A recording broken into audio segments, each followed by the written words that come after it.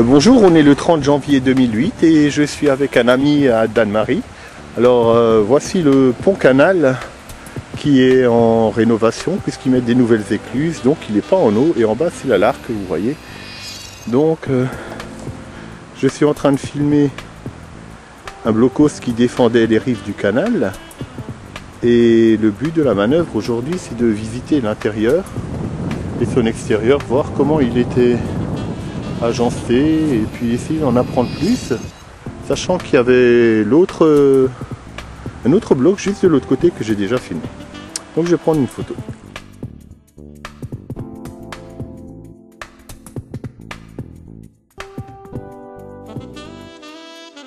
Voilà pour ces quelques photos. Maintenant je vais essayer de m'en approcher un peu. A tout de suite.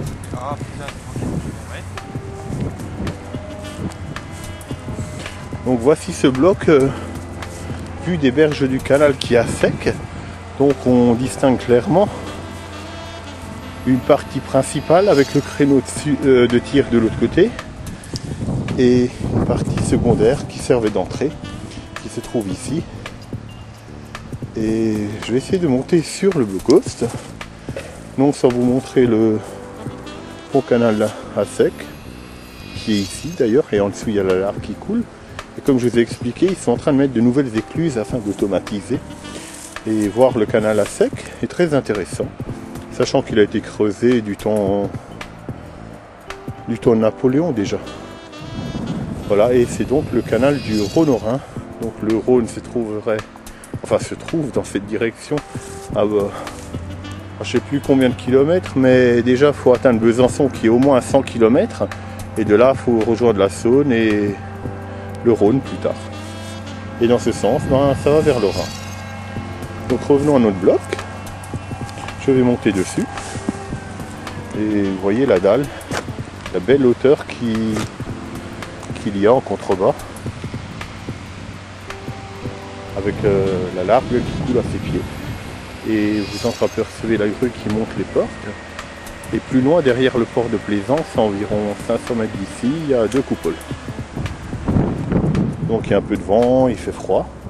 Donc voici l'entrée en fait du blocos dans la deuxième partie et sa hauteur principale.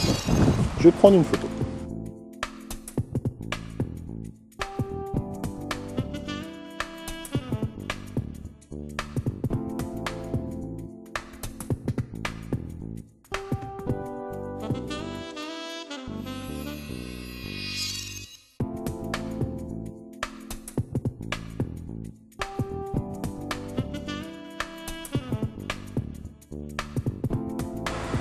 Alors voilà, après ces quelques clichés du créneau de tir dans sa partie extérieure, je vais essayer de rentrer à l'intérieur du bloc, mais il va falloir d'abord se faufiler autour de ces ronces qui ont l'air vraiment plus que pénibles. Je suis complètement emmêlé dedans, il n'y a qu'à voir mes pieds.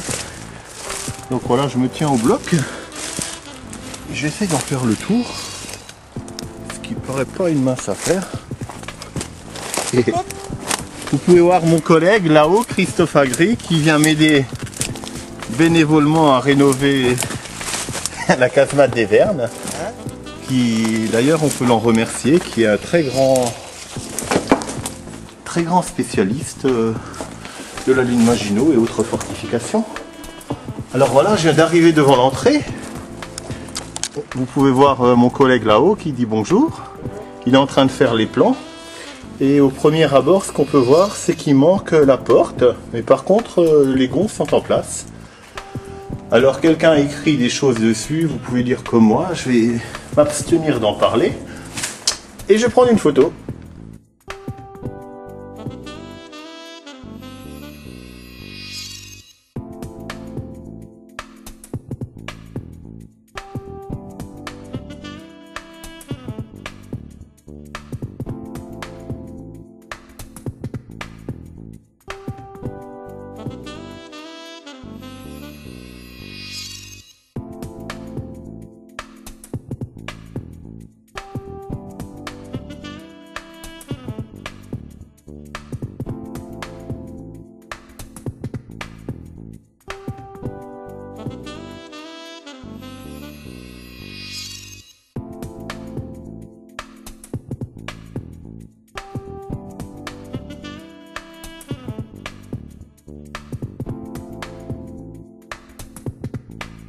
Voilà, après ces quelques photos, on va filmer le tout de l'extérieur et passer à autre chose.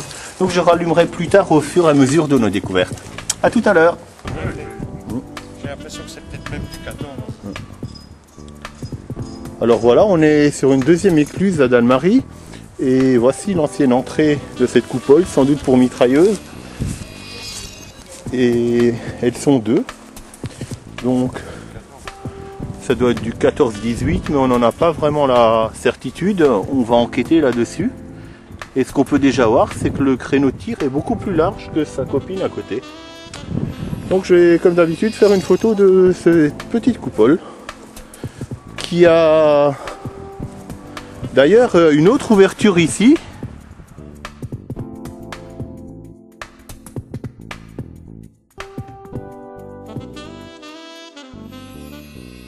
Alors voici ce qu'on peut dire sur T'as des morceaux qui manquent là, hein, je sais pas si tu vois. cette deuxième coupole.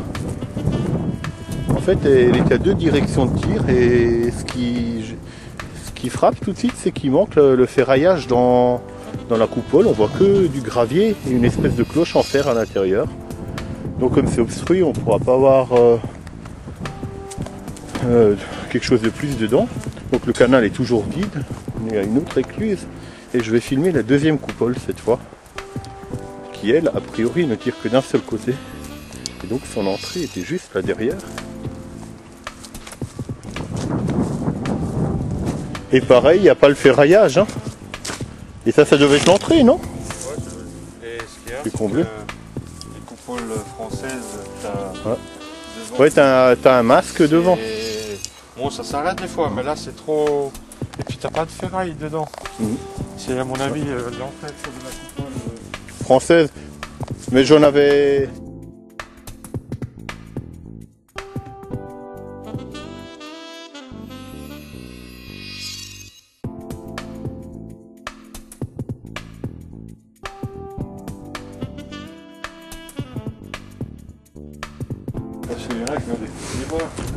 Donc voici ces deux coupoles qu'on peut dire parallèles au canal qui se trouvent ici. Et maintenant, avec mon ami Agri, on va aller explorer autre chose. Bon, monsieur aimerait bien qu'on l'appelle Christophe, il va faire un beau sourire. Voilà. Il n'a pas l'air comme ça, mais c'est un sacré travailleur. Donc, on va se déplacer d'ici, j'en profite juste pour reprendre la fiche. M'étant déplacé avec mon copain Christophe, que vous voyez en train de fumer, mais il ne faut pas lui dire, on est venu, après le village de Spechbach, derrière le silo, filmer ce bloc relativement grand, qui ressemble fort à un abri, et qui, à ma grande surprise, a une plaque. Et on va pas se priver de la filmer. Donc c'est un bouquet de 1916. Et n'importe qui peut voir que c'est allemand. Alors mon allemand étant ce qu'il est, et ben par le 1916 je ne comprends rien. Et je vais demander à mon copain Christophe si lui peut me traduire ça. Donc voilà, je vais prendre une photo de cette plaque. changeait beaucoup. Hein. Ouais, c'est clair, une fois qu'ils étaient positionnés, ils bougeaient plus. On va dire des lignes. Ouais, l'entrée elle est obturée là, hein. Elle est pleine de... Bon, on va voir si on en trouve une. Déjà il y en a une deuxième ici qui est également comblée. Ouais. Apparemment il y avait deux entrées là, ben elles y sont plus. Hein. Enfin si, elles y sont mais enterrées. Ah, bon, on va monter là-dessus. Ouais. On va passer au travers là. Attends, je te filme en train de te faire mal. Ça a l'air chaud. Ah ouais, bah il y a la cheminée. Obturée évidemment. Il y a un sale vent, hein. Ah ah. D'artillerie, hein. On va aller voir là-bas. Ah ouais, effectivement, il y a encore quelque chose. Effectivement. Ouais, ça a l'air d'être un gros bloc pour être que des déchets. Sans doute le poste d'artillerie avec l'abri qui va avec. Donc la fameuse cheminée obturée. Donc il n'y a pas d'autre entrée malheureusement. Je vais quand même faire le tour. Et t'as vu qu'il continuait par là, le bloc aussi? On va voir s'il y a moyen d'y accéder. Donc voilà, le bloc qui continue ici. Et évidemment, comme il est enseveli, on peut rien voir. C'est vraiment dommage. C'est sans doute une extension de ce blocos. Donc il n'y a aucun accès de ce côté. C'est vraiment dommage. Je vais prendre une photo parce qu'il promettait d'être intéressant en fait. Après ce cliché, je me déplace tout autour à mon collègue Christophe, comme je vous ai dit, qui est spécialiste de tous ces forts. Il vient de découvrir quelque chose d'intéressant à coller au blocos. Peut-être une position d'artillerie comme ils assemblent d'avant. Ça serait l'abri. Derrière, t'as une sorte de puits, mais je crois pas que c'est récent. Je crois que c'est pour creuser les tranchées en fait, ce truc. Possible, hein, pourquoi pas. Peut-être pas les tranchées de guerre, mais les tranchées pour enfuir des câbles électriques. Ouais. C'est ça, j'en ai déjà vu. Vieux, mais... Un convoyeur, hein. D'époque, hein. Quoique je vais quand même en prendre une photo. Donc, ah oui, effectivement, c'est une position d'artillerie ici, hein. A priori, oui, ça allait là, non? Comme ça, dans ce sens, ça fait le V. Mais vu la taille de l'engin, ça devait être un sacré truc, hein.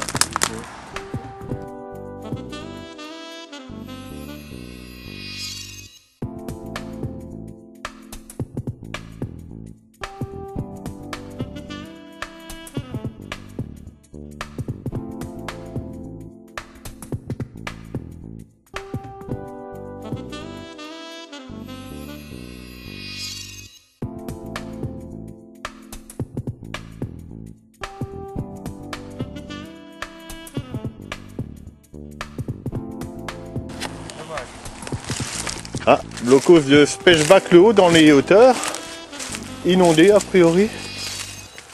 Dommage, hein.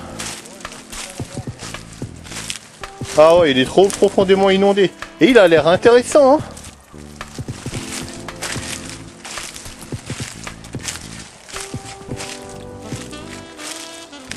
Ouais, dommage, il est inondé, on peut rien voir. Il y a 2 entrées, hein.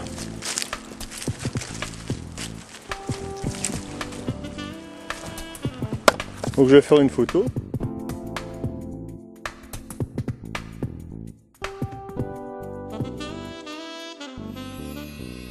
Donc on est entre Spechbach le Bas et Spechbach le Haut, 2 petits villages d'Alsace. Et on va traverser ce champ pour filmer le deuxième bloc, car celui-ci, ici, est complètement inondé et on peut pas. Et c'est très boueux, je suis dans un champ de choux. Regardez mes bottes, il y a des tonnes de boue après. Et Christophe est déjà à côté. Vous pouvez le voir là-bas. Et on va voir s'il n'est pas inondé. Donc voilà, on s'est déplacé. Malheureusement, il est inondé. Un peu moins que l'autre, mais pas moyen d'y accéder sans creuser, vous pouvez voir. Donc aucun créneau de tir, peut-être un PC ou un abri, tout simplement, en plein champ. Donc voilà, je vais essayer de prendre les deux ensemble, le prolongement. Vous voyez, le deux c'est le même, sans les pneus. Et voilà le deuxième qui est là-bas. Donc je vais prendre une photo.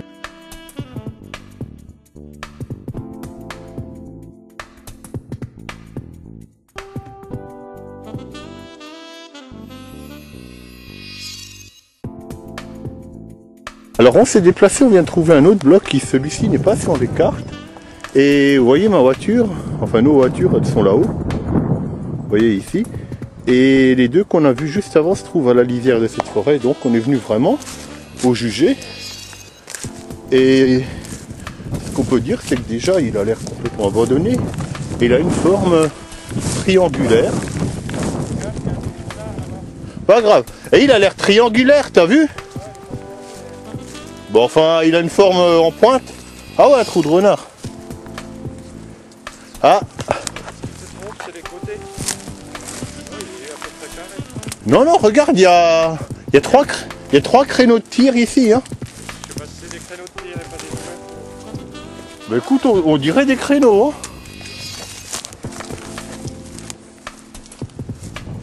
Celui-là, il a l'air très intéressant. Par contre, et l'entrée, elle est là. Tu vois, il a l'air pointu un peu.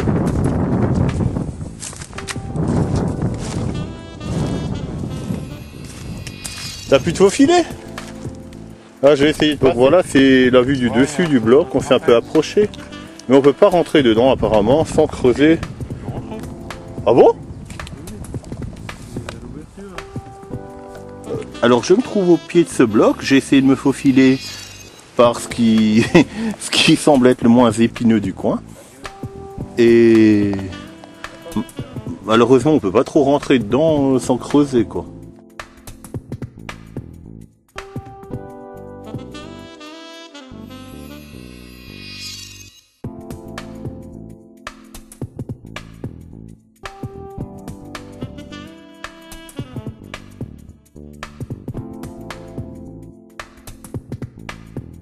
Alors avec mon collègue, on s'est un peu déplacé juste en lisière de forêt, il y a exactement le même que les 3 qu'on vient de voir précédemment.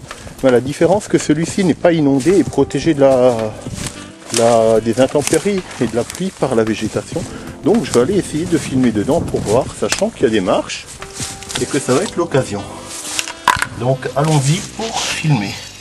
Donc on voit déjà qu'il y avait 2 ébrasements de fenêtres, dont une un peu inclinée. Là, je suis à l'intérieur. On voit des coffrages en bois. Malheureusement, il est également inondé. Je viens d'allumer le zoom par mégarde. Et donc, en fait, c'est largement plus petit qu'on pouvait imaginer. C'est un simple abri. Et voilà, un abri en fait de tranchée avec... C'est un peu bizarre comme c'est fait. Je vais en prendre des photos.